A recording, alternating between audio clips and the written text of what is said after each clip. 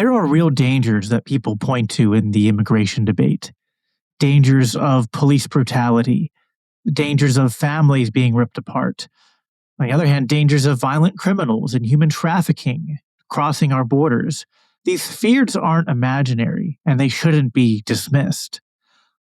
But what if the most dangerous thing about the immigration debate isn't open borders or closed borders, but the way Christians have learned to outsource their conscience to the state? We talk a lot about law and order, and we talk a lot about compassion and chaos, but rarely do we ask the harder and more fundamental question: what kind of people are we becoming when fear sets the agenda? If Christ is king, how should the Christian consider the kingdoms of this world? What does the Bible teach us about human authority and what it means to love our neighbors and our enemies? Before we render unto Caesar what is Caesar's, let's know what it means to render unto God what is God's. This is the Biblical Anarchy Podcast, the modern prophetic voice against war and empire. Hey everyone, welcome back to the Biblical Anarchy Podcast. I'm your host, Jacob Winograd. What you're about to hear is a conversation I had recently on the LCI Green Room with pastor and author Benj Giffone, author of House Divided, published here at LCI. I wanted to share this conversation here on the Biblical Anarchy Podcast because it hits right at the intersection of things we talk about constantly on this show. Of course, power, authority, and law, and what faithfulness looks like when the state is trying to claim a monopoly over what our morality should be. So this conversation centers on immigration, but not in the usual way. I'm not trying to do an open versus closed debate, although we touch on that a little bit. But really, I'm just asking more fundamentally, what does Scripture actually require of Christians when it comes to how we handle foreigners and strangers? How do we distinguish compassion from chaos and justice from tyranny? And what happens when my concern, of course, as I said in the intro, is when Christians outsource moral responsibility to the state, all in the name of order. And I think Benj brings a pastoral and theological lens to this conversation that I think is desperately needed right now, as many Christians feel torn between legitimate concerns about violence and lawlessness on one hand, and then clear biblical commands about loving the stranger and enemy on the other hand. And so this episode isn't telling you what policy to support. It's an episode rather about challenging us to examine who we are becoming when fear is driving what we calculate, what we decide on when it comes to politics. And if we're being shaped more by secular values and by values of empire, or if we're being shaped by our Christian values. And so whether you agree with everything said here or not, I'd encourage you to listen carefully, sit with the tension, and let it provoke some honest self-examination. So without further ado, here's my conversation with Benj Giffone. Hey everyone, I'm Jacob Winograd. I'm joined here by Benj Giffone. Happy to be with you guys here tonight. This is, of course, our live show here at the Libertarian Christian Institute, and I'm one of our podcast hosts here at the Christians for Liberty Network. And joining me, as I already said, is Benj Giffone. He is the author of this book, which was published last year through LCI, which hopefully you guys can see that well. A House Divided, Technology, Worship, and Healing the Church After COVID. I can't recommend this book enough. And this is the kind of book that if you get it in the hands of your friends, your family, your pastor, even elders at your church, I think it is. This isn't like there's parts of the book that I think are a little bit punchy, but this isn't like a cage stage libertarian book, or it's not like handing someone from your church Anatomy of the State or anything like that. But there's, the libertarianism is in there, but I think it's something that it's ecumenical in a way that it can be read by anyone. And even someone, listen, if you know people on the left or someone who was pro the COVID regime, I think they'd be able to at least read this book, and you can have a hopefully productive conversation from it. But tonight, we're here to talk about something far less controversial than the COVID regime, and that is the subject of immigration as it pertains to us here in America and as Christians, and how we navigate the tensions between The scripture tells us to treat the foreigner well, to love our neighbor, to love our enemy. And then, of course, also, there are concerns that people have about mass migration, about bringing people in from cultures that maybe don't. The way I usually frame this is that we don't value God and liberty enough here in our own country, but yet we're still better than a lot of other places in the world. So there are some concerns about the consequences of not just open migration, but perhaps even state-funded, NGO-planned mass migration. So how do we navigate this tension? And that's something that I've been talking about a lot. I know Benj has been thinking about a lot and wants to talk about. So we're happy to get into it. Benj, how are you doing tonight? Thanks for being here. I'm doing well. Thanks for having me on. Thank you for accepting my invitation Yes. to come on the podcast. All of our authors have an open, invite themselves onto the green room. It actually makes my job easier because I don't have to think of a last minute. I'm usually scrambling. About the time you reached out to me is when I'm usually scrambling to think of, like, if I haven't already, I need to get a guest for the Monday night live stream. So this worked out very well. Well, then maybe next time I can share with you some of my Star Wars fan fiction. We can work on that together anytime. We'll get Scott Horton on for that one. Okay. We'll have a Star Wars roundtable. That'd be great. But we better set aside about 5 or 6 hours. Yeah, they'll have to start that one a little bit earlier. Minimum. Yeah. No, thanks so much for inviting me on. It's pretty cold here in Western Pennsylvania, where we've inundated with snow as most of the country, and nice to be in my office here, and thanks for letting me suggest this topic. One of the reasons why I was thinking about how to start into this subject, and I remembered when I was politically coming of age. I was raised in a religiously and politically conservative home in northern New Jersey, in the New York radio market. And so when I began listening to talk radio when I was maybe 13 or 14, which my parents weren't terribly happy about, but they just felt like, well, at least he's not listening to, gangster rap or something. But anyway, but there were a couple of very high profile cases of police misconduct among the New York police around that time, and a couple of them involving immigrants. The one that comes to mind was the shooting of, I believe his name was Amadou Diallo, and he was from West Africa, and he had been the story, I believe, was that he had been reaching for a gun or reaching for his wallet, but the police thought he was reaching for a gun, and they shot him 40 times, and then they found out he had no gun. And so then, of course, conservatives were backing the police and progressives were backing the immigrant. And so this was sort of my one of my formative moments in my early political consciousness.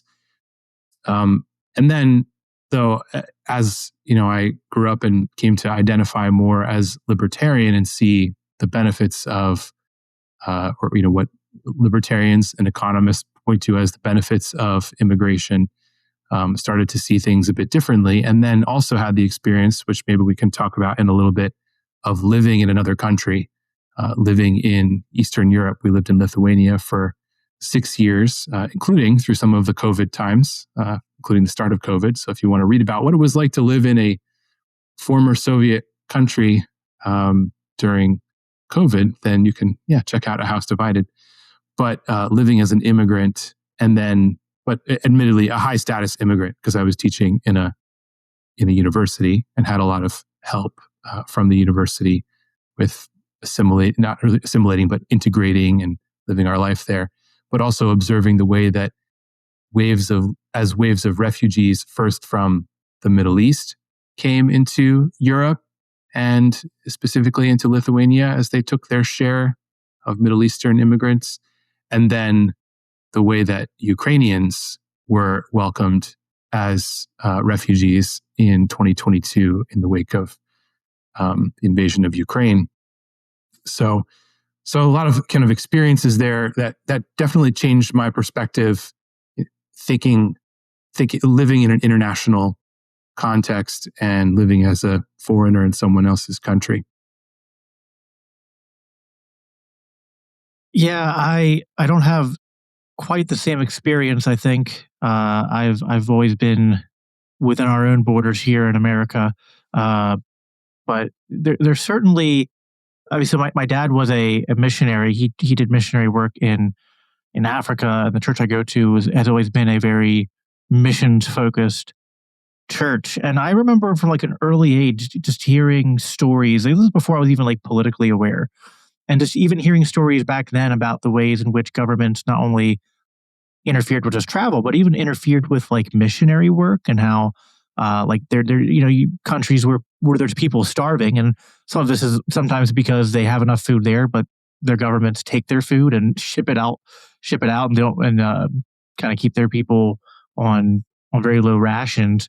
And then if you try to come in there as a church or a ministry to provide some kind of relief, the government can interfere there. And the one story I heard, which I'm sure this has happened many times, is like they would demand essentially what were like extortions and bribes to basically be like, you can't dock your boat with this, or you can dock your boat, but you can't bring the supplies unless you pay pay these fees. And they were like just extraordinarily high, extravagant fees, and oftentimes not things that people could easily cough up and pay.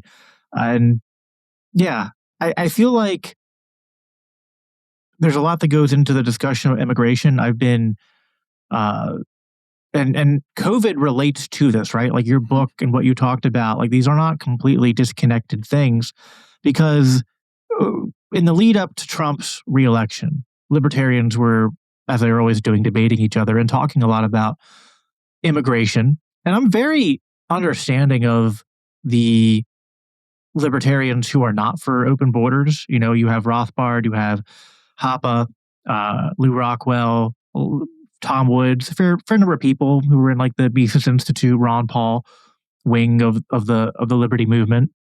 Even people like Milton Friedman. And I kind of understand where their arguments are coming from. And yet I was always sort of relating it back to COVID and saying, even if I understand these concerns, isn't this sort of like out of sync with our position on COVID? Where like in one hand, we said the government doesn't have a right to tell people they can't leave the country or they can't leave their state, to halt travel and to kind of decide who is essential and who isn't. And yet giving government control over immigration seems to be kind of ceding a lot of the same territory. Mhm. And also the concerns about enforcement in terms of what it took in the places where it was enforced for COVID lockdowns and vaccine mandates to even attempt to be enforced is sort of like, well, that would require a massive police state and calls for more surveillance, calls for even less choice and freedom and autonomy over yourself. And that seems to be the same risk that comes with trying to do mass deportations and a mass enforcement of the border. So obviously the libertarian angle for this is complicated, but then I think it is also, as Christians, because the Libertarian Christian Institute, we should also stop and try to understand what Scripture teaches. And I am curious to get your. I've read some of the things you've written on this, and we've talked a little bit about this beforehand. I am curious to get your take on what Scripture says regarding, immigration, foreigners. There's obviously a lot of motifs in the Bible about like being in exile, living in a foreign land. The Jews and Israel did that at one point. That's likened to us as sort of the new covenant community within Christ. There's obviously passages that people throw around saying that like treat the foreigner well, the traveler well, and things like that. But then there's also obviously like in at least Old Testament theocratic Israel, there were these somewhat strict rules, at least regarding mixture of like the cultures and things like that, and even somewhat regarding trade and whatnot. And so I guess there are some things that people from the more immigration restrictionist camp can try to point to. What is your sense in terms of just as what you know of what all of Scripture says about the subject of like sort of if you're marking territory of like if there's things on both ends, how do you start unpacking that? Yeah, it's very tricky and obviously very complicated, but we can solve it all in just one conversation here this evening.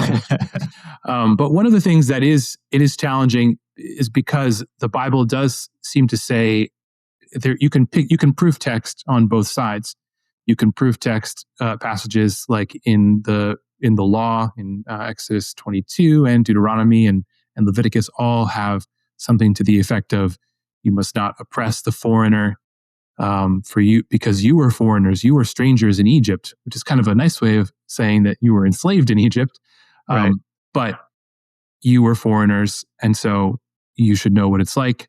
And so foreigners should be welcomed and not oppressed and not enslaved in Israel.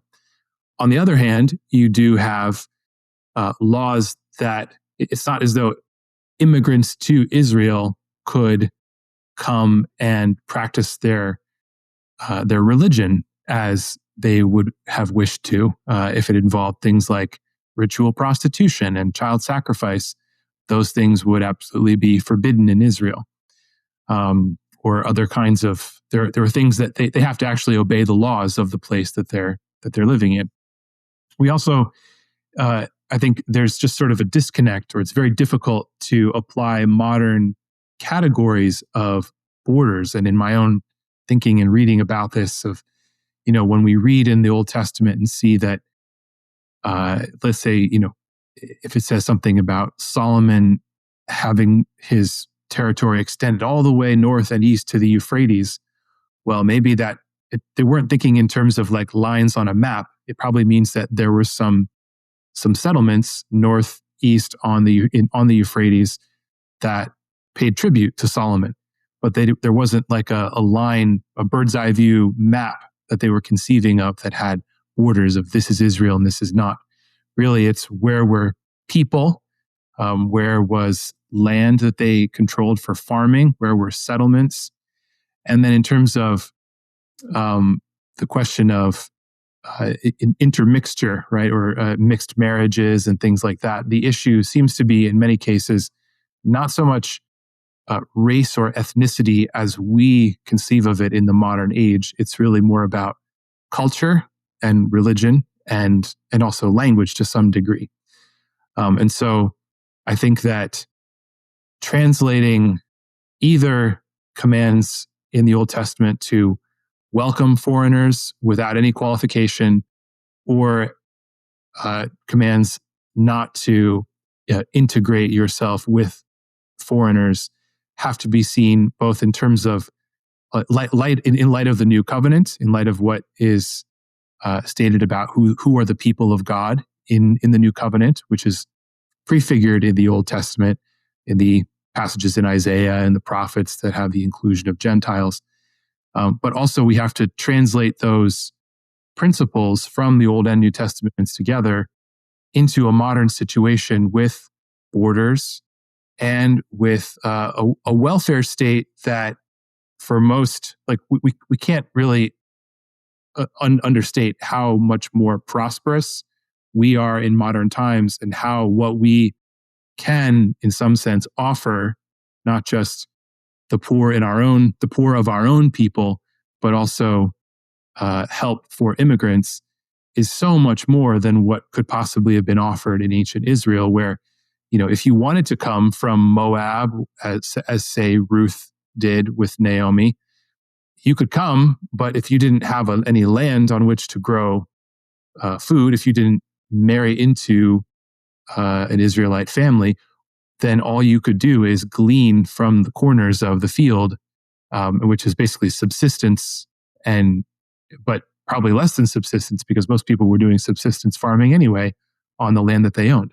So, whereas today, many of the issues that people have with immigration and concerns we have about immigration are that foreigners will come and live off of the welfare state, or take advantage of, or just not know how to integrate well into the many ways that that government has forced us to be connected to one another, right?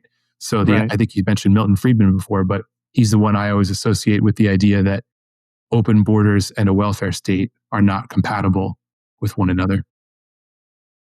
Yep, that he's famous for that.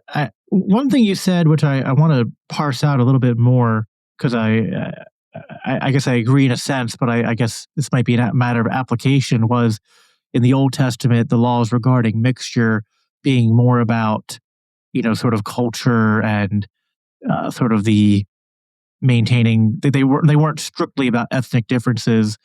And of course, there's kind of like using modern terms and categories, and they don't always map on one to one. But certainly, it seems, at least by the time we get to Jesus, and probably before that, perhaps unintentionally, a consequence of some of those laws did create some, I guess, ethnic rivalry or discontentment between the Jewish people and the Gentiles. And then, of course, there's the complicated history of the Jewish people with the Samaritans. And again, it's not quite accurate to say they related to each other like in their worst elements, that it's the same as, like, imagining go back in American history and imagining a white Southerner talking to like a freed slave. Like, I'm not quite saying it's the same sort of ethnic prejudice and tension, but it's certainly, I guess, within the same subtype of sort of developed prejudice. Like, people, and I think people just do this today too, is they will start to conflate different things, right? Like, they'll conflate what might be at root a cultural problem with a particular people group that have a certain common, ethnic background of sorts. Mm-hmm. So, I mean, is that fair to say, or what's your thoughts on that? Yeah, certainly that is a human tendency. I think it's a very natural human tendency. But I do think that even before the New Testament states pretty clearly, first through Jesus's interactions with Samaritans and Gentiles, and then Paul saying that he is not a Jew who was one outwardly by circumcision of the flesh, but he is a Jew who is one inwardly by circumcision of the heart, which is Romans 2. Yeah, which is Old Testament language as well. But even in the Old Testament, there's commands against intermarrying with Moabites and Ammonites and Egyptians and Edomites, and commands to kill all the Canaanites. But then the first thing the Israelites do when they go into the land is they make a covenant with Rahab, the Canaanite prostitute. But and that's not something that's looked on as a negative in the story. It's a positive, and she joins the people of Israel because she professes and has genuine faith in the God of Israel. And so anything that we read in the Pentateuch that speaks about exclusion of these other people groups, it is really about excluding their pagan beliefs and practices. And even in Leviticus, it says that if the Israelites adopt the pagan practices of the nations that they're going in to dispossess, then the land will vomit the Israelites out, even as the land is being cleared of these Canaanites for Israel to live in it. The issue was never really the ethnicity of people like Rahab or Ruth the Moabite or Uriah the Hittite or even Caleb, the leader of the Judahites. He's a Kenizzite, according to Numbers 32. So he's even someone who's intermarried into Israel or come to just identify with Israel, but he believes strongly in the God of Israel, and that's what counts. So right. Even though by the time of the New Testament we do have this very clear, I think it's built into who we are as humans to kind of start to identify tribally. Although our identity, I'd say identity is, we understand that it's a very flexible and malleable and fluid concept, because we identify with the people around us. But does that mean people in our town? Does it mean people who are of our same religion? Does it mean people who are libertarians like us? I feel, you and I have never met in person, but I know that there's things that if we got together, we would just totally click on because we're from a similar subculture of a subculture. We're Christian libertarians, right? So I would identify, I think, more closely. We would identify more closely with one another than with the person who has a, I don't know, than someone down the street who has just very standard progressive views on most things.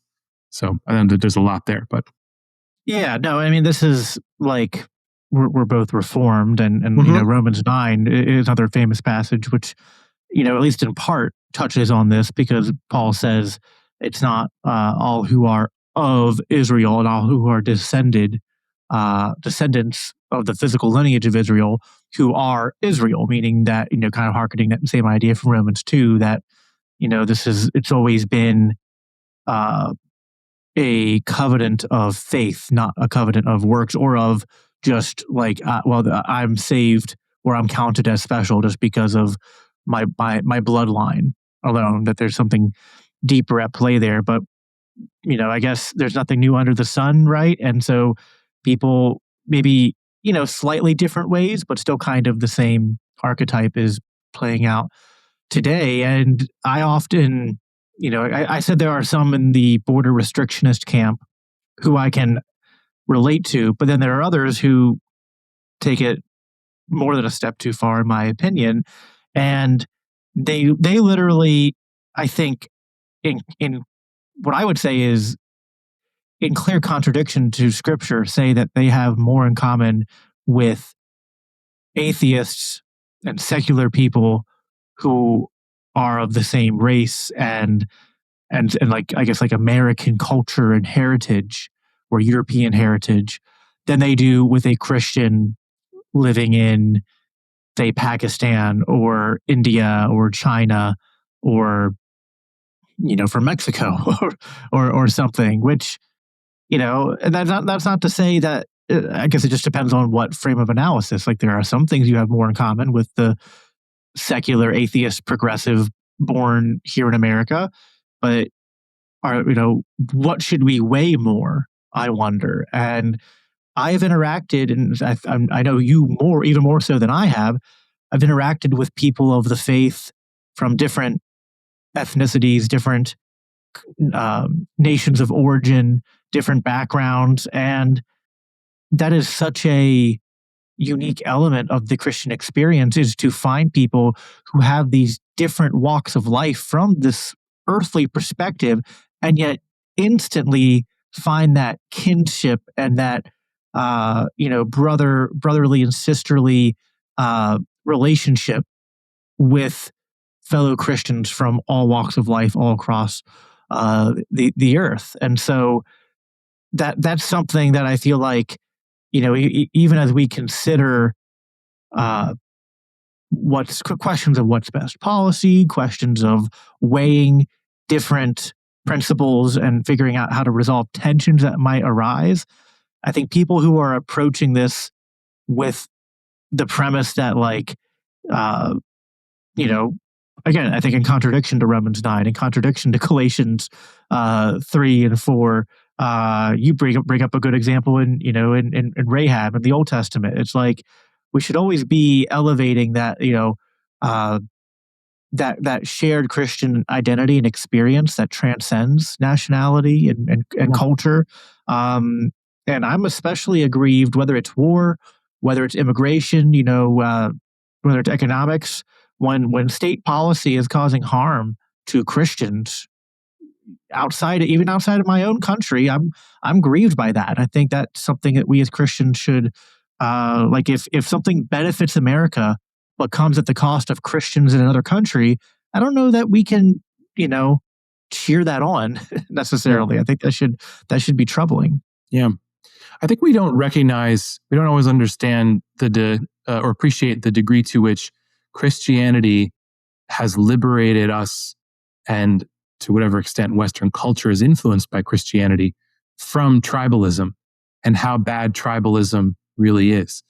And I preached about this recently, but so when Jesus says I'm working through a sermon series on the Sermon on the Mount. It's kind of eclectically through, more topical studies through ideas from the Sermon on the Mount. But I've always puzzled over not puzzled, but just been fascinated when Jesus says in the end of chapter 5, where he says, you have heard it said to you, love your neighbor and hate your enemy, which of course, hate your enemy is not technically in the Old Testament, but there are some passages that speak about hating enemies, at least the enemies of God.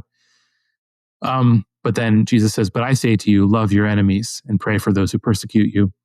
And then for what good is it? Let me just get the exact quotation here so I don't butcher God's word. For if you love those who love you, what reward do you have?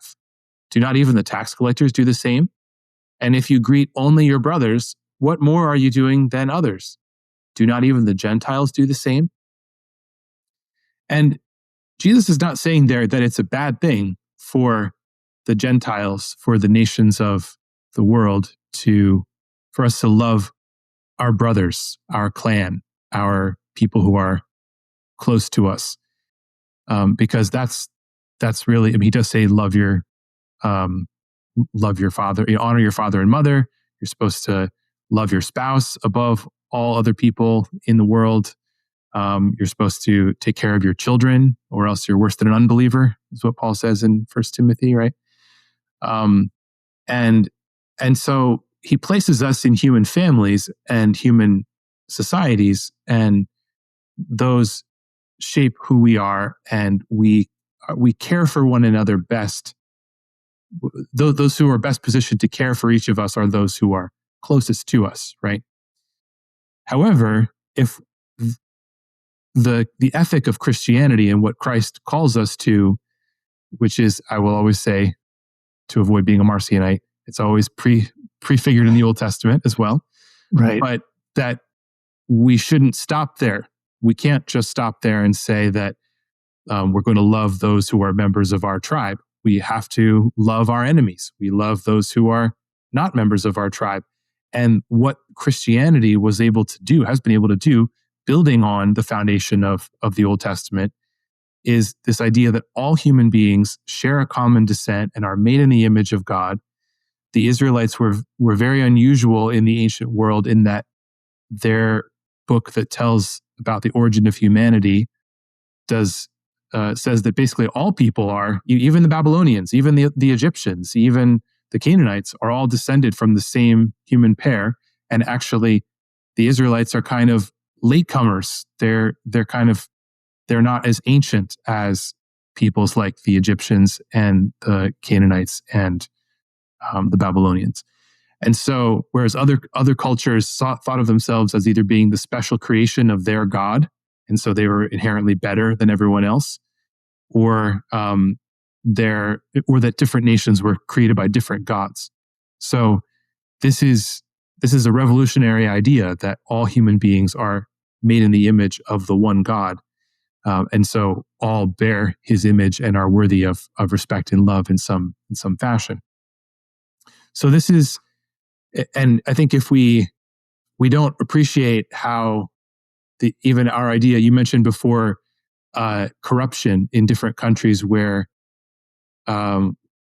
people are prevented from, let's say missionaries or humanitarian aid is prevented from going in unless you pay a bribe of some kind. I actually have a story about this because when the Ukraine war, or when Russia invaded Ukraine the second time in 2022, our church in Lithuania put together a bunch of supplies. We drove in 2 vans, me, the other pastor, and some of the other folks from our churches in Lithuania, drove down to the border between Hungary and Ukraine.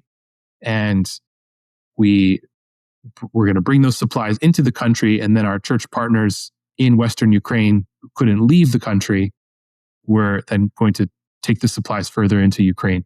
So I was in Ukraine during the war for less than 24 hours, but I have a stamp on my passport from Ukraine. I'd been there before as well. But at the border, we ended up having to pay a thank you to the Ukrainian border guard, not the Hungarian guard, but the Ukrainian customs guard, except, just delayed on our paperwork for hours and hours until we offered him a thank you. And I don't feel too bad about it because it was diapers and formula for his child. So, but to take supplies into his country, he required a bribe for we had to pay him a bribe for this. But this is just standard in many parts of the world, that if you have a position of government authority or power, then it's expected that you're going to use it for your personal benefit and the benefit of your family. And this is what Jesus is talking about when he says, don't even the tax collectors do the same. The tax collectors had the power of the state behind them, and they didn't make a salary. They could just take on top of whatever the Romans required, and that was their cut, right? So the sense that we have an obligation to something, to a law that transcends just what's good for me and my family or my town or my tribe is a Christian idea. And it comes before the Enlightenment. And I think that we're in danger as Western society becomes less and less Christian. We tend towards more and more tribalism, and we don't realize we don't fully appreciate how bad things could get if we abandon this greater good and principles that apply to all people, whether we call it human rights,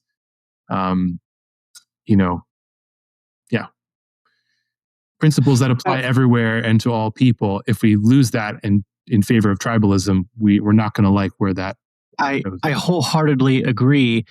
If I were to bring something up that I think is an attempt to steelman the border restriction aside, it's that they would largely agree with you that Christian values have shaped the West and sort of made us to a large extent, not perfectly, but better than pretty much any other culture or nation in history, to rise above tribalism, especially the worst forms of tribalism.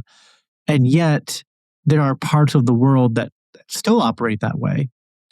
And that our culture, which we can recognize is a mixed bag, that has many contradictory elements within it, but that still there are positive elements within our culture that are worth preserving and promoting and trying to make better. And that too many people from other parts of the world with a culture that's even worse could make that project of not just preserving Western culture, but trying to, ever increasingly reconcile it to, live in more consistent application with its founding creeds and values. We're going to make that a harder battle, or perhaps, we're going to lose our culture entirely if we allow it to be overrun by immigrants from other parts of the world that don't share those values. And I do have to say that of all the arguments I've heard on the border restrictionist side, because I've heard the economic ones, whether that's about the open borders and welfare, whether that's about people being concerned about jobs being taken, crime, all these things I think have less merit. I think they have more merit when tied to this kind of central argument, because I think it's sort of like the main, even think about the open borders thing, right? Your real concern is that the welfare state and other things create the environment where people are not going to be integrated and assimilate into our culture, but that then they can sort of live, subsidized within the border of the American government and maintain their unique cultural identity, but also their values and promulgate those. I even know that there are those who are concerned that the Muslim world contains within it, individuals and groups of people who are intentionally trying to take advantage of this sort of Western kindness and weakness, and that they intentionally, in ways similar to what they did in Europe, they want to come here and instill their own values. Now, I'm very wary of that argument because it's very hard to, this is a bit of an aside, but I think it's important to draw it out a little bit. It's very hard to distinguish truth from propaganda when it comes to what's going on with the entirety of the Islamic world, not only the ones that are immigrating to Europe and America. There are definitely problems, and then there's also a lot of like fear mongering and clickbait stuff that exists out there on social media and whatnot. So in uh, anyway, there's a complicated our podcast there and just evaluating the West's relationship to Islam and to the Islamic world. But uh, what do you think to the broader concerns of just about our culture is superior, and yet if we don't safeguard it, it'll perish. Hmm. Yeah, this is, I think, what I've heard Brian Kaplan refer to this as sort of like the killing the goose that lays the golden eggs argument. And, the goose, of course, that lays the golden eggs being Western liberalism, broadly understood, capitalism, prosperity. I think that there is something to it. I think where I become more, where I think I see a little bit through it is that we have had, so certainly the issues that are faced in Europe by sort of the integration project of Europe, where they try to integrate different countries and countries economically and promote exchange of students, and people can travel freely within Europe. That was an attempt to make sure that European countries never go to war again. And it is hard to imagine Germany and France being, ever going to war. Germany, France, and England ever going to war again.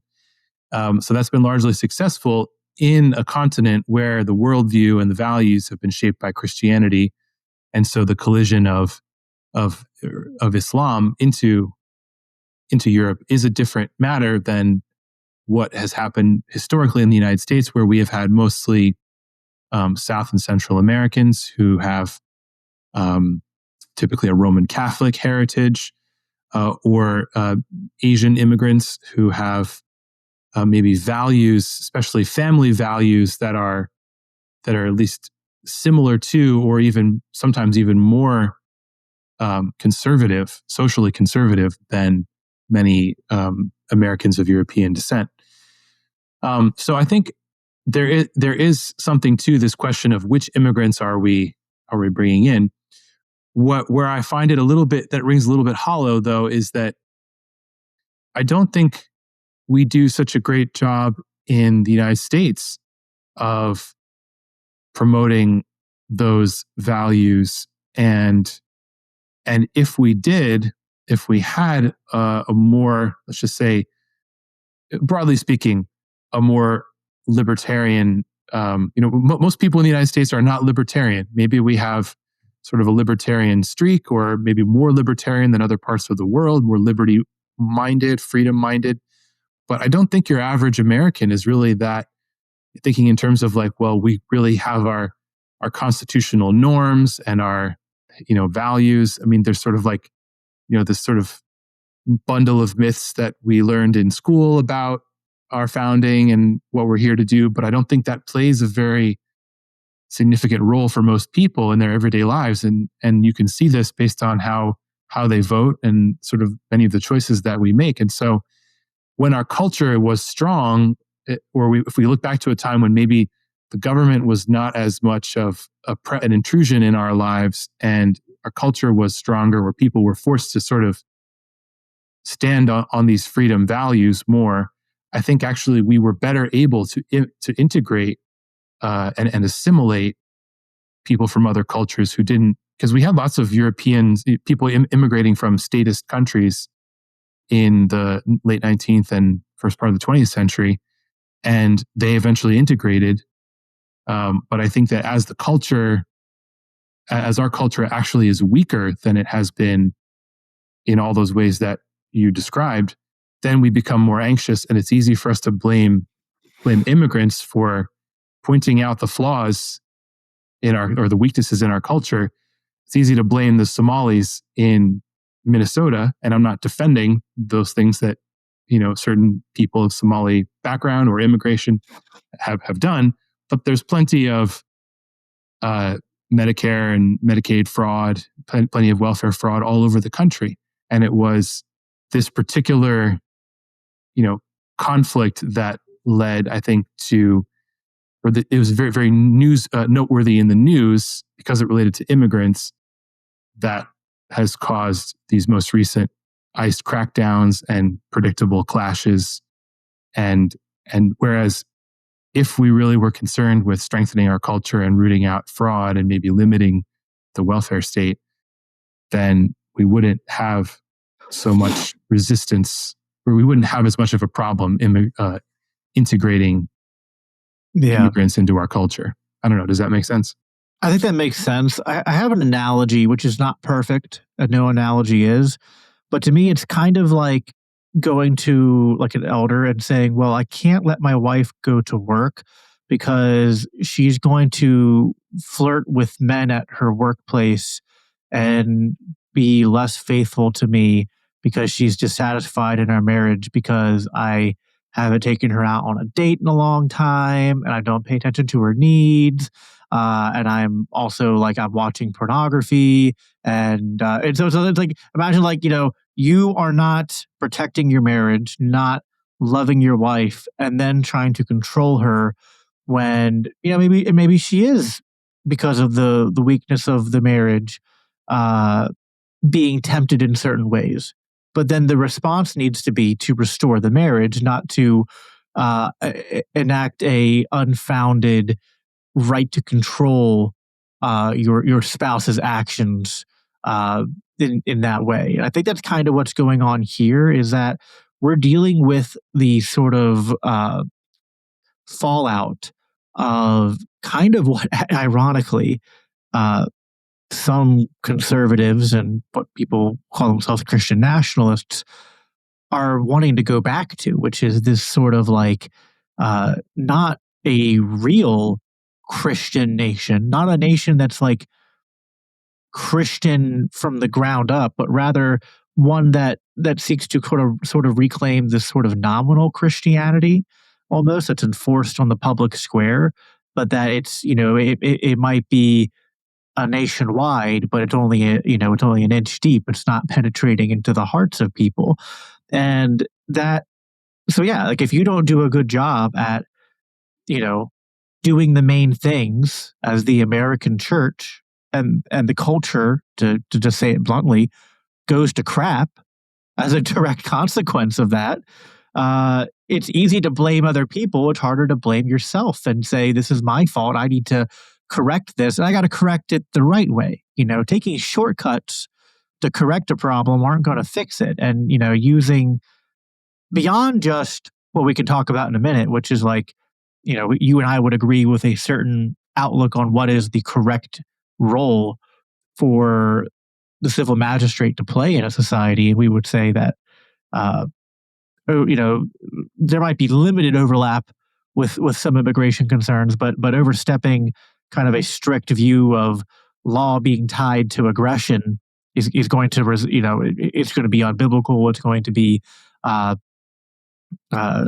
improper use of that force, but it's also just more in a strict looking at, just from a policy level, from a consequential level, that's a bad solution. It's a bad state solution to I wouldn't say it's a state created problem, but it's sort of been a state fueled problem, right? Like culture has degraded, and then state operating in a flawed culture has then maybe come alongside a degrading culture and accelerated that decline. I'll end on this. There was something ironic.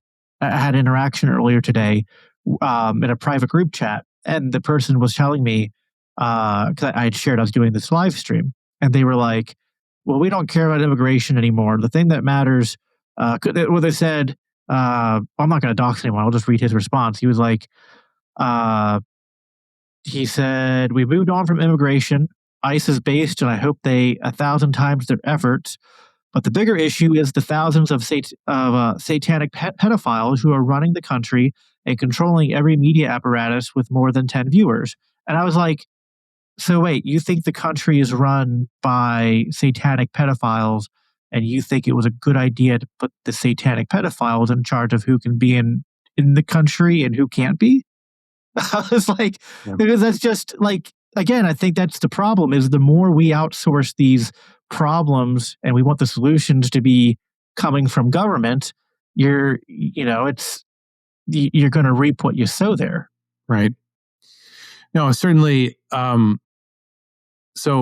do, even as we sort of like, essentially we've been for the last few minutes critical of the maybe what would be the more right wing position or the conservative position.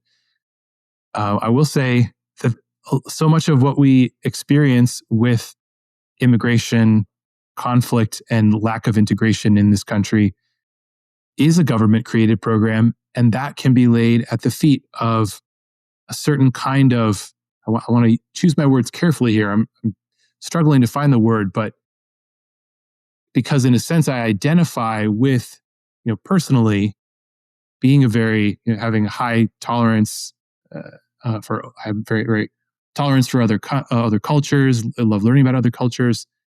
I've lived abroad. I'm a globalist in some sense, right?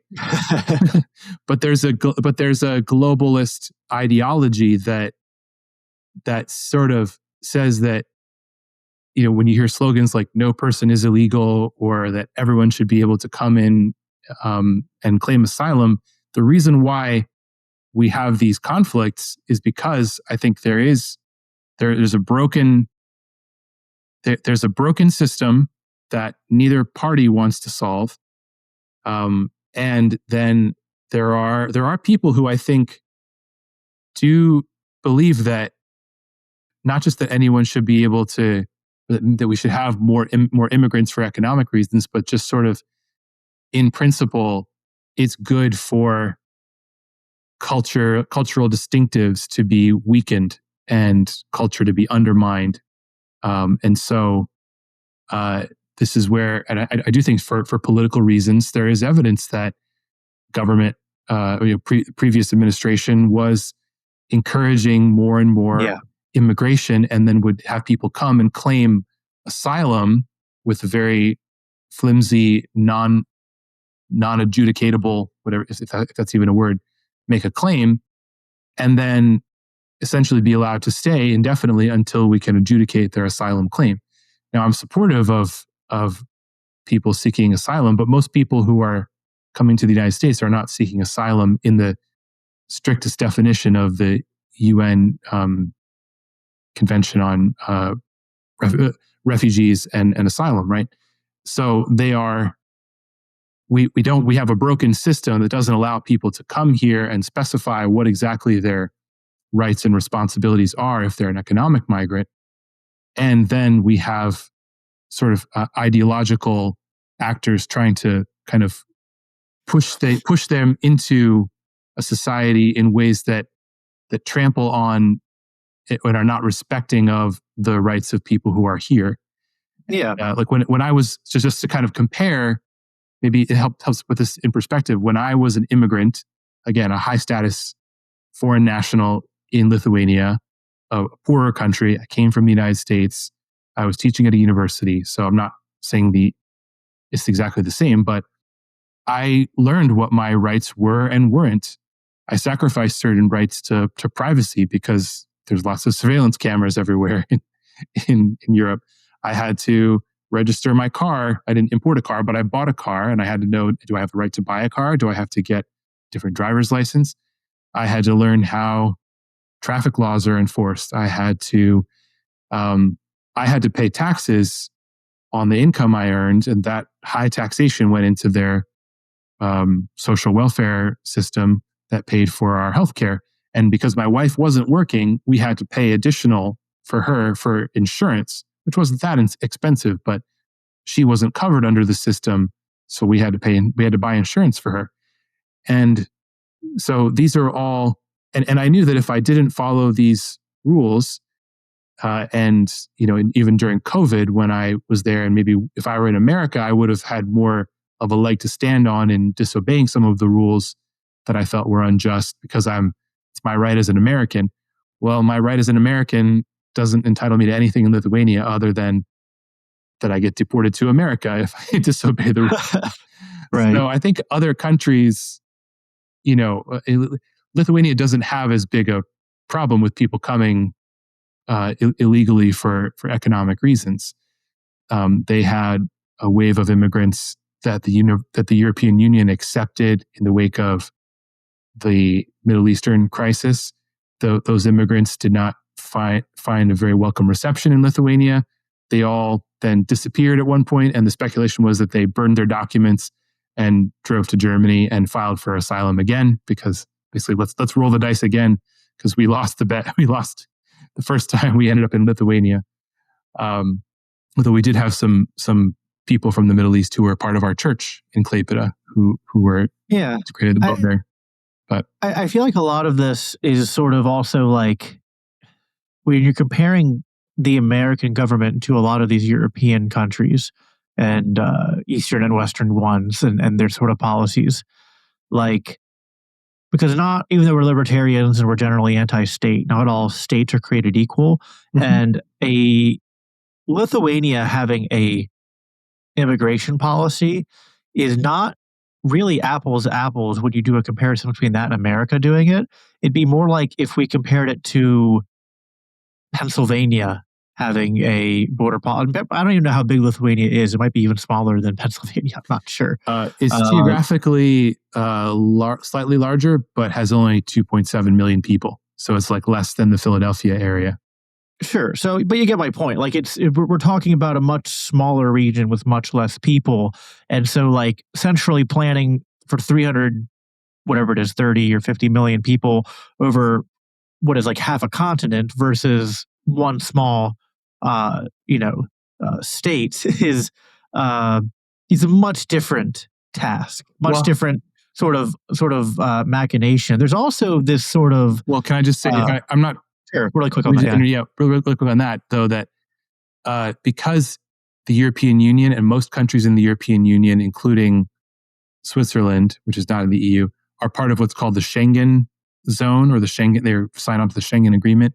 There is free migration between most countries in continental Europe.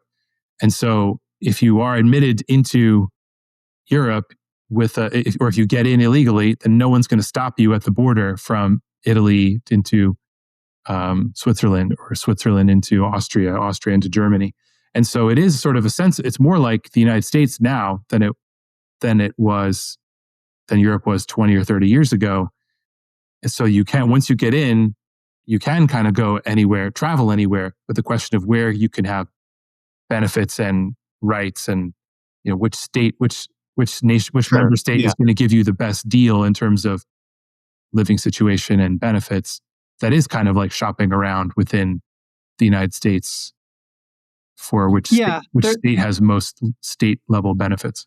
I guess there's more potential there. Like right now, the way our governance is sort of practiced in America, if we've seen this happen in real time, like when Texas tried to enact their own border control, the federal government was like, no, you don't have the right to do that. Whereas presumably the EU kind of, those agreements are kind of like free to opt into and free to opt out of. Like at any point, any of these countries could opt out and start enforcing their own border the way they want to. And they can be suspended in case of emergency, like with COVID. Right. So, because those borders were there in recent memory, it wasn't like, like you live close to Maryland and Pennsylvania border. There's roads that go back and forth across that straight line. There's no way you could enforce a border between Maryland and Pennsylvania, whereas you could between Lithuania and Poland, for example. Right. So there's different facts on the ground there and different potentialities, but it's always going to be easier to have that potential to make more enforceable and intelligent sort of like immigration policies on a smaller scale. So there's the central planning problem there, and there's also this sort of disconnect, I think, where when we're doing these comparisons, and we don't think about how, because some people use this term like anarcho tyranny, which I think is interesting, but I think it's more of like a black market effect. Like if you ban immigration, but then you are, uh, but not even banning it. You're making it like there's a way to legally go through it, but it's like this long holdup, right? Then you're going to sort of then the people who care about following laws, the people like you who are like, well, like like you went to another country, you knew what their laws were, and you're like, I'm going to abide by them. And there's presumably a lot of people from other countries who, if they came here, they want to do that, but they're not allowed instant access to come in and observe those laws. Now, the people who aren't going to wait in line and who just bypass that, even if we sort of select out all of the people who you and I would agree, there's definitely, uh, especially during the Biden administration, there was a concerted effort to actually not just allow people to come here, but to intentionally import people here from halfway across the world who, didn't just happen to find themselves in Mexico crossing the border into America. Like it was, there was definitely a concerted effort there. Uh, but either way, when you don't have when you crack down on legal immigration, you're going to get that black market of effect. Of then the only people who are coming here, you're kind of self-selecting for the people who care less about following rules and laws, even if Yes. even if I might not agree with those laws. It's like, but the type of person who is dispositionally more inclined to follow the laws are probably the people we'd want here more so than the people who go like whatever and just and don't care about that. So that's kind of an unintended consequence of all this. And the other thing is like I think Europe had this problem, and America's going to start facing this problem more too. Is that when you don't have a just conception of how to do justice and how to uh, like define what is criminal activity, um, you're going to exacerbate these tensions too. More and more, we live in a nation that uh, kind of like ancient Israel did in the Old Testament, has kind of upended justice, and we sort of reward evil and punish good, right? Like it's funny, we have the world's biggest prison population, yet it's not mostly filled with murderers and thieves and rapists. It's mostly filled with nonviolent offenders, mostly for some kind of uh, drug offense, and there are plenty of instances of, and it's sad, it's unfortunate. And like you can be as pro immigration as you want and still recognize this is a problem that there are people in Europe and America who have come here and committed violent crimes. But there's this stigma in our country about cracking down hard on these crimes against anyone who's not white already. And then if they're an immigrant, there's an even higher stigma placed around that. And so we see people with repeat offenses just being let out and not being convicted of crimes.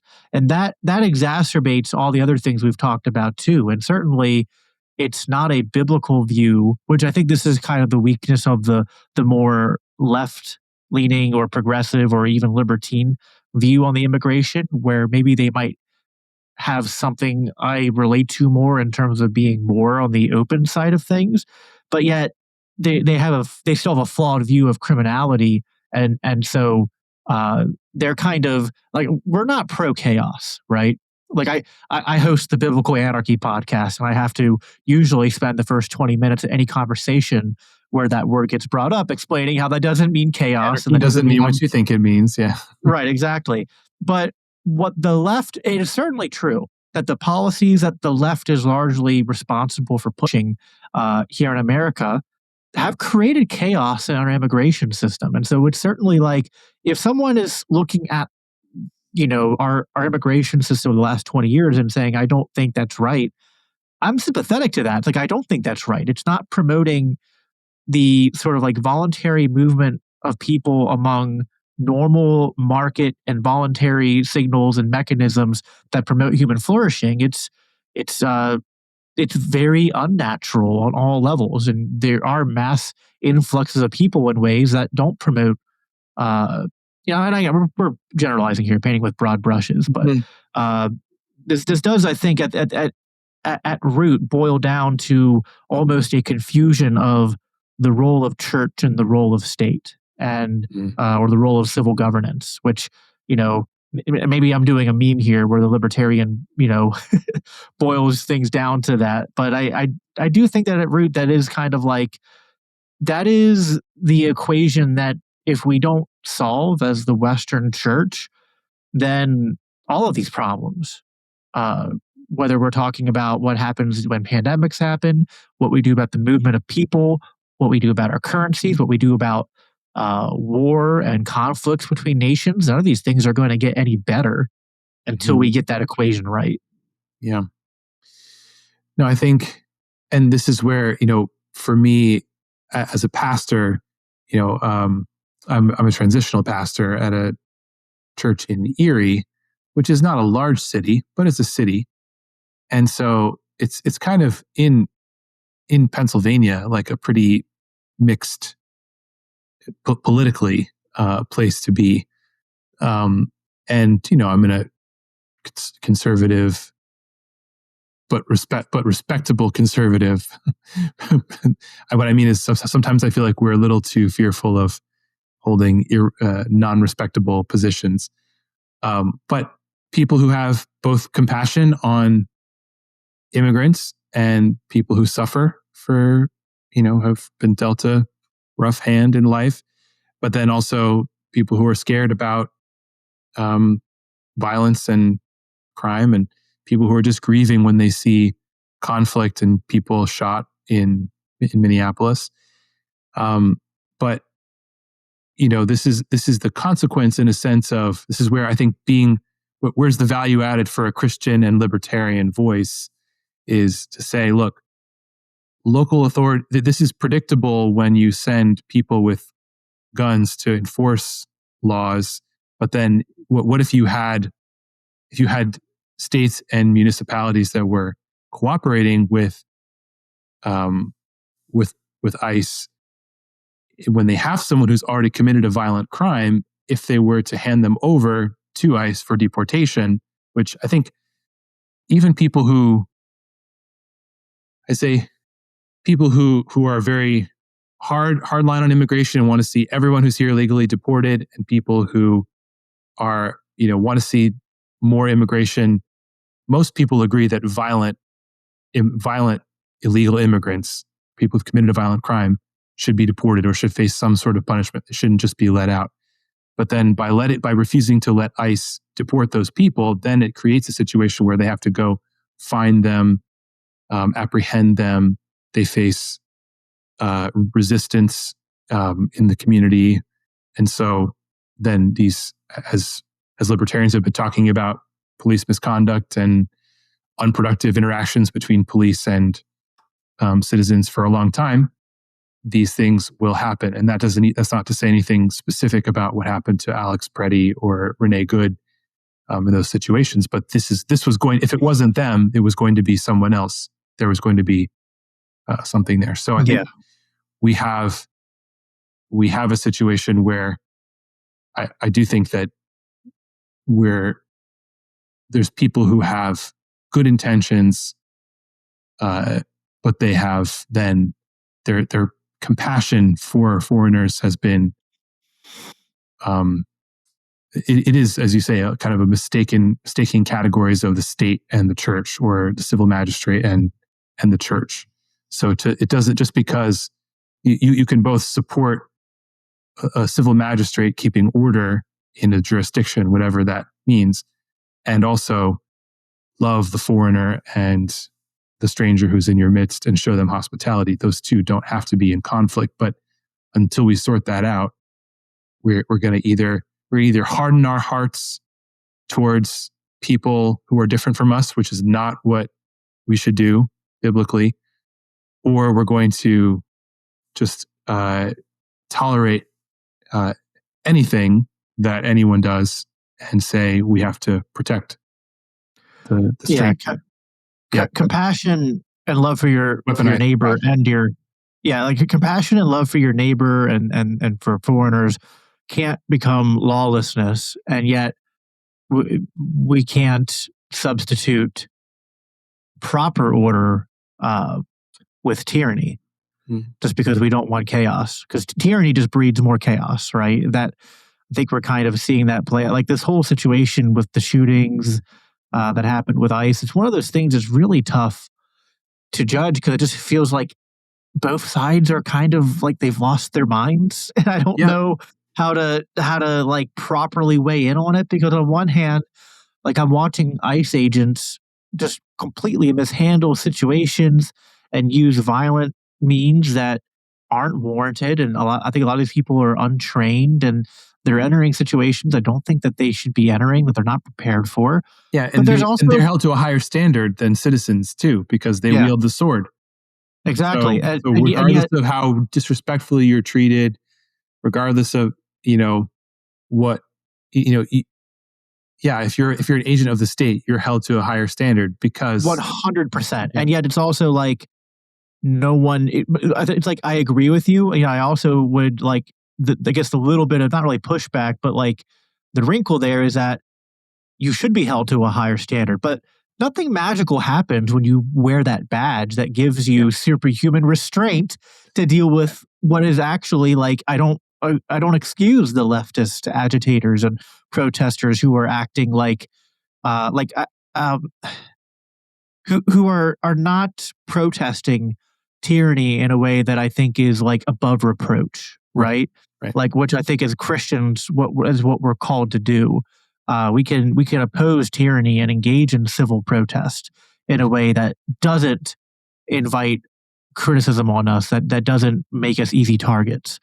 And yeah, like I don't excuse police brutality, but it's also like they're just human. No, like no amount of training can override the human condition. And like someone spits in your face or things happen that are bang bang, and you don't know if someone has a weapon, you're going to fear for your life. And what are you going to do in that situation? And it's like it's a no-win situation as far as I'm concerned. And there's jump in there. Yeah. Well, and if you care about, so let's say you're a person of the left or someone who's more interested in more immigration, like I am, and I do think that there's something we have sort of a higher burden of proof because it's more of an innate human reaction to be suspicious of foreigners and of immigrants. I think I mentioned Brian Kaplan. He talks about this in The Myth of the Rational Voter. I do think it is true that there is a natural cognitive bias to be suspicious of foreigners.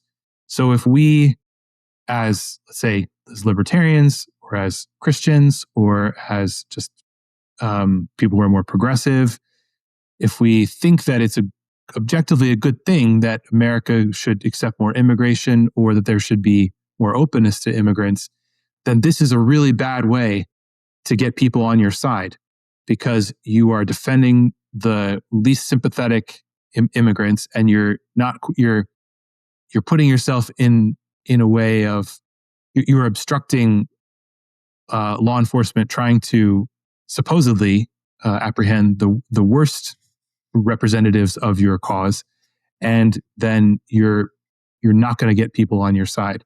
So the better way to, like you said, there would be better ways to protest, and just like there's a higher burden on those of us who would be making the case for more immigration and for a more sensible policy that allows more people to come here legally. Yeah, I think this isn't helping. It's not helping. And yet the conservatives are not helping when they want to act like the crisis allows them to find exceptions to due process, when they want to then once again like become hypocrites on the Second Amendment, which just also irritates me. And it's just like it's a lot of kind of I like that Family Guy meme where it's just like the parent and he's got like a kid on either side who are just fighting, and he stops them. He's like, kids.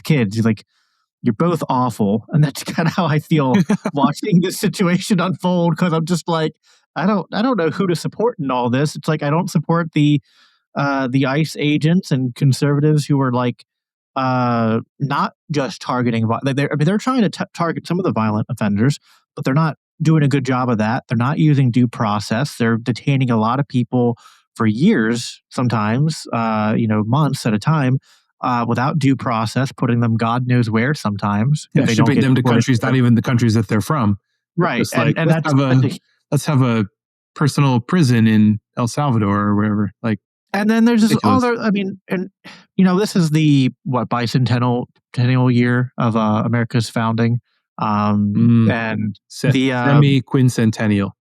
something like that, yeah. And the this country was founded by armed people using their God-given rights to resist tyranny, which meant like confronting armed agents of the states. I'm trying to phrase this carefully for YouTube, right? I'm not calling for that right now. But when conservatives, and listen, I'm not that sympathetic to the leftist agitators, but when conservatives start saying you don't have a right to resist police officers enforcing the law, I just go, hold on. Like, what do you mean by the law? Just whatever the government passes? Because that's not a Christian view of governance at all. Like, that's not a defensible position, and it's also not defensible on just like even if you're not a Christian, like if you're gonna invoke the Constitution and America, then like, were you saying the American Revolution was unjustified because they were it's like, so like you have to have a more sophisticated. Now, I'm also not saying that anytime you don't like a law, take to the streets and engage in armed conflict with the police or with like, these things are actually complicated, right? Anyone who's trying to reduce it to like sloganeering and just kind of taking shots at the other side, and who is too casually either making generalizations about immigrants or wanting to sweep away restrictions that should be placed on both people and on government. It's like everyone's just losing their minds about it, and it's I am interested. Like, how do you address that? Like, how should pastors try to address that? Because I'm very sympathetic to like my pastor, because like I know there's many churches like this. Our congregation's rather split. Like, we're evangelical Reformed American church here in kind of the I guess northern part of the, gets kind of still considered part of the Bible Belt, but like, we have diehard MAGA Trump voting Republicans, and we have never Trumpers and Democratic voters and a bunch of independents and people in the middle who are kind of like all over the place. And like, I never want to put pastors in a position where it's like, you have to do what I do and you need to focus on politics. Yeah. But it's also kind of like, when stuff like this is happening, you can't just like not chime in on it and give any sort of pastoral guidance for people. So like, how do you approach things like this? This will kind of like, you can take as long as you need. Like, what's your kind of closing, sort of like, pastoral thoughts for like how to try to, as individuals, as those who are elders and servants in their local communities, how do we pursue truth and unity on this in a way that doesn't, invoking your book's title, that doesn't divide us anymore? Yeah. It's obviously it's a challenge. I would say that, taking it from the level of, arguing policy, which we have been, which as citizens we have a right to do, but to the level of, the individual Christian or the individual church community. I think part of what makes these things so hot and so divisive is that everything's globalized now. So Adam Smith has this very lovely bit in his Theory of Moral Sentiments, which is a very interesting book that most people don't read. If they read something by Adam Smith, it's usually The Wealth of Nations, or An Inquiry into the Nature and Causes of the Wealth of Nations, or whatever the long title is. Theory of Moral Sentiments, he uses this analogy where if you have the average, normal, empathetic human got news of an earthquake on the other side of the world that had killed 1 million people, he would feel bad. But then I have the quotation here. He says that this man would express very strongly his sorrow for the misfortune of that unhappy people. He would make many melancholy reflections upon the precariousness of human life and the vanity of all the labors of man, which could thus be annihilated in a moment. And then Smith says that this man, having heard about 1 million people killed, would eventually go about his day and sleep fine that night. But if the same man knew for some reason that his little finger was going to be amputated the next day without anesthetic, he would not sleep at all that night. And the story, his analogy is this, that we tend to care more about things. It's natural to care about things that are closer to us and that we actually can do something about and that can affect us. And the downside of living in this globalized news environment that we are is that we can see all of the outrages and all the injustices and all of these awful things all over the world. We're bombarded with them. And also, our politics has become more nationalized and internationalized than I think it ever has been. And so it's like, well, why should I in Pennsylvania care so much about what's happening in Minnesota? Well, maybe it will eventually affect me, or I feel like it will eventually affect me.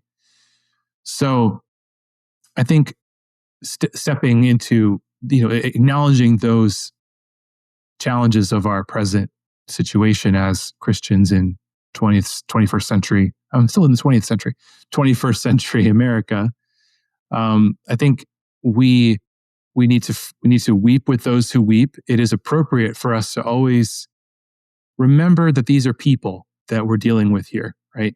Even if we decide that for whatever reason, our country can't accept these immigrants or can't help these foreigners, or our church just can't help everyone, we still, I think, should weep with those who suffer.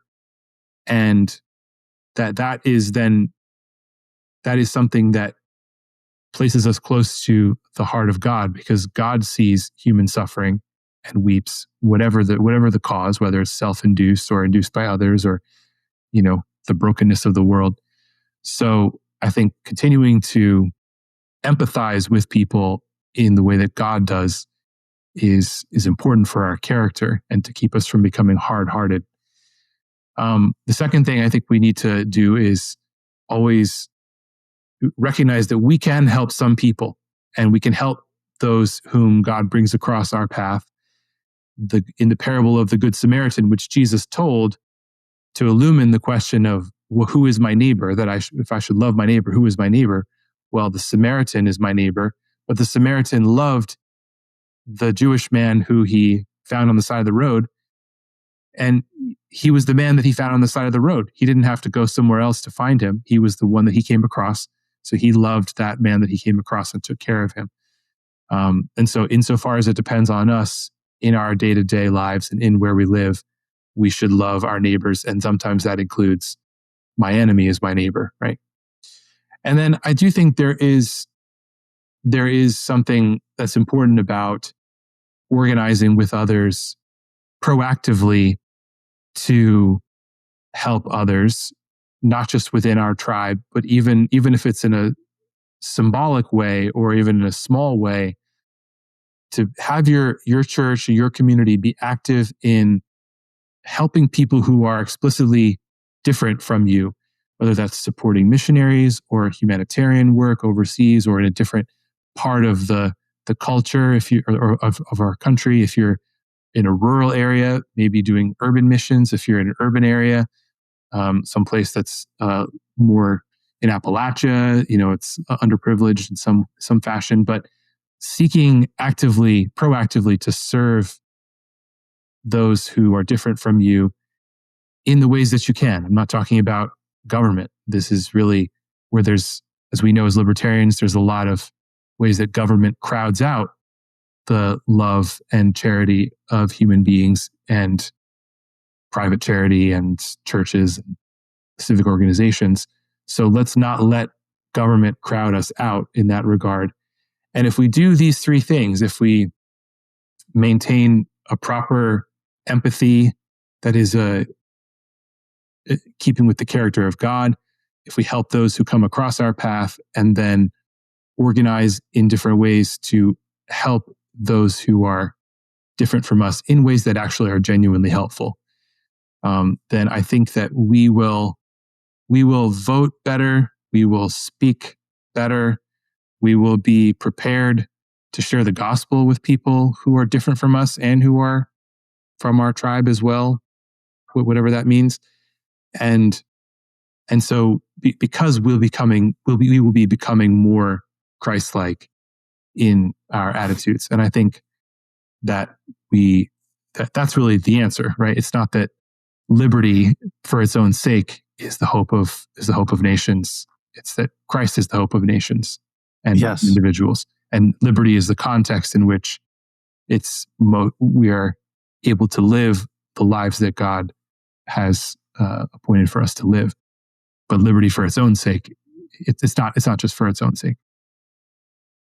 I agree with that. I wanted to close by what you were saying there lined up with, I was thinking about our church has this, we call it like our little mission wheel, which I have on I don't think you can really see it on my phone here. It's not showing up, but it's sort of, it's labeled the gospel of Christ at the center. And then it has like these 4 quadrants in the wheel, and they kind of lead into each other like in a circle. And it's like, it starts with experiencing God, embracing truth, which leads into establishing community and engaging the world.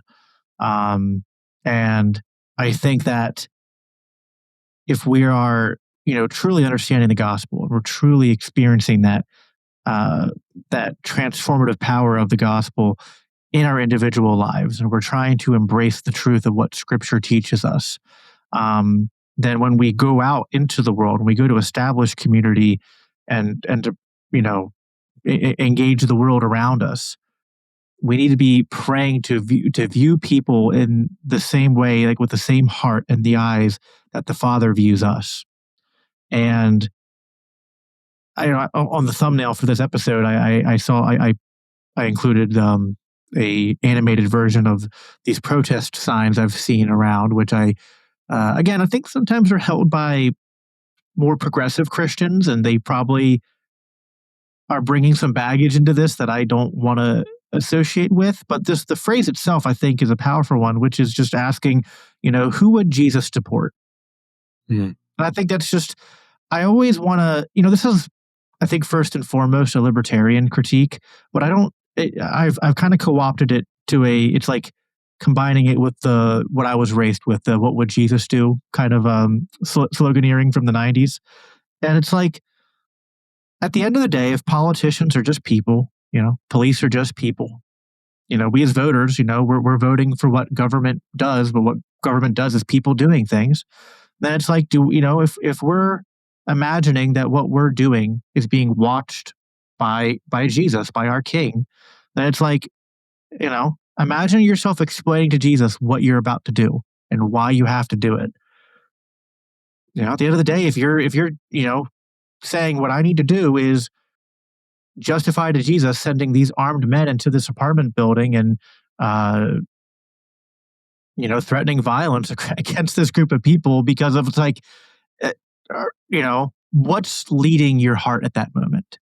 Are you being led by the gospel? Are you being led by trying to serve Christ and to serve His kingdom, or are you being led by fear and by other things? And now, extrapolating that into policy and whatnot, I get is something that I'm very careful to not overstate.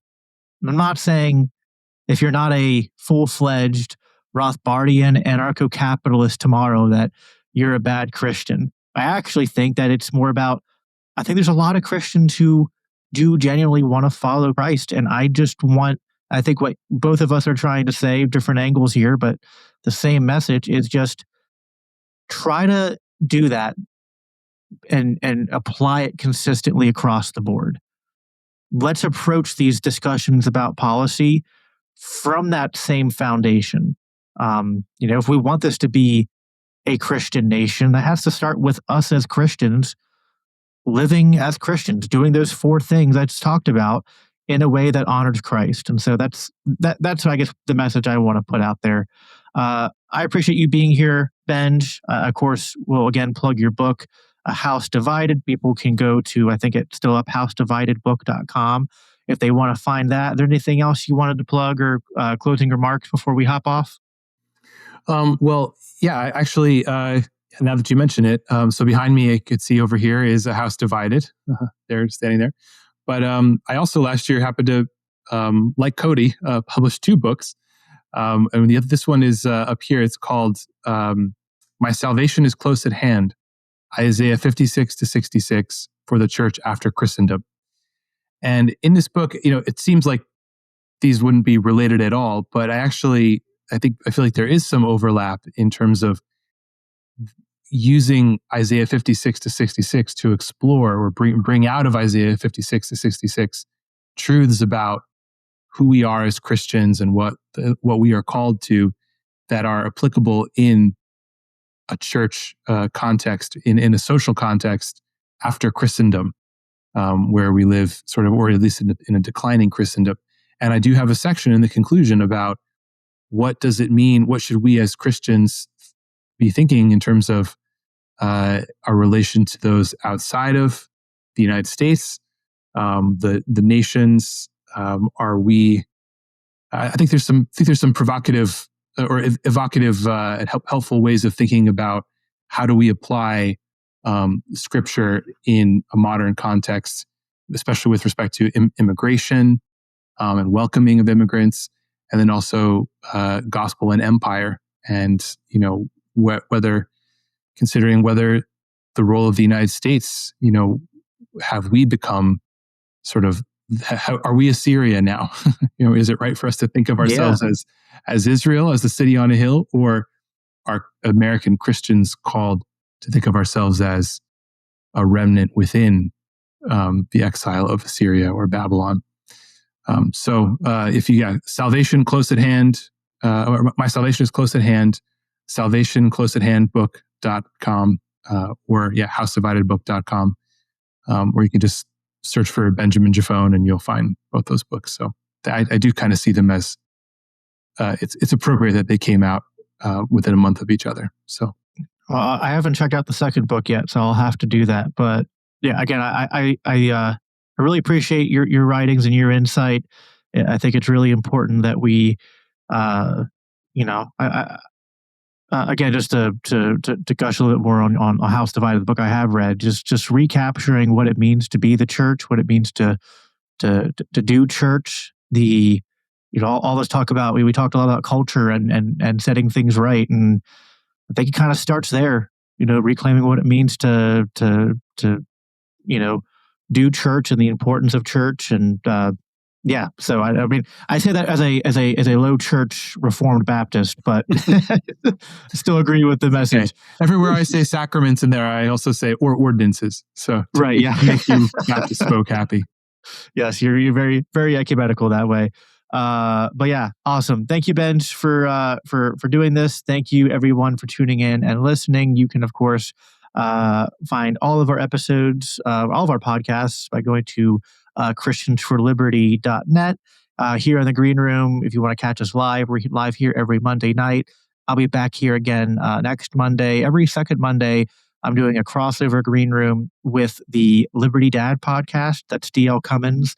And then 2 other guys, Adam Coleman and Tyler Yankee. We're all libertarians, not all of us Christians, but we get together and we talk about fatherhood and parenting and things related to that. So pretty new series that we started, but very excited for it. It's a lot of fun. Looking into the overlap with all this and parenting and whatnot, I think is very crucial as well. So that'll be next Monday. That should be at 8:00 Eastern time. If I have that correctly. Make sure you follow us on our socials, me at Biblical Anarchy, and of course, at LCI Official for the Libertarian Christian Institute. On X is where we're the most active, but also on Facebook and Instagram and other socials as well. That's all I have for you guys for tonight. As I always conclude by saying, live at peace, live for Christ, take care. All right, that's going to wrap it up. I wanted to share this conversation again because I think that it exposes something deeper than just a conversation about immigration policy, which is important. But what we're really dealing with is a crisis of moral imagination and what the state is allowed to do and what Christians are willing to justify and how easily fear can replace faith. One of the themes that kept coming up in this conversation is that the church cannot heal what it keeps handing over to Caesar. When we ask the state to do our moral work for us, whether that's protecting us from our enemies or preserving our culture or enforcing virtue, we shouldn't be surprised when the tools of coercion end up corrupting us instead. Biblical anarchy isn't about chaos. It's about drawing a hard line between the kingdoms of God and the kingdoms of this world, and refusing to let the latter redefine good and evil for us. When fear tells us to surrender conscience for security, we need to be the ones that say Christ is enough. And it's not because the world is safe or a utopian vision of society is what we want to promote, but because our hope should have never been put in power or in Caesar to begin with. So that's all I have for you guys for today. As I always conclude by saying, live at peace, live for Christ, take care. The Biblical Anarchy Podcast is a part of the Christians for Liberty Network, a project of the Libertarian Christian Institute. If you love this podcast, it helps us reach more with a message of freedom when you rate and review us on your favorite podcast apps and share with others. If you want to support the production of the Biblical Anarchy Podcast, please consider donating to the Libertarian Christian Institute at biblicalanarchypodcast.com, where you can also sign up to receive special announcements and resources related to biblical anarchy. Thanks for tuning in.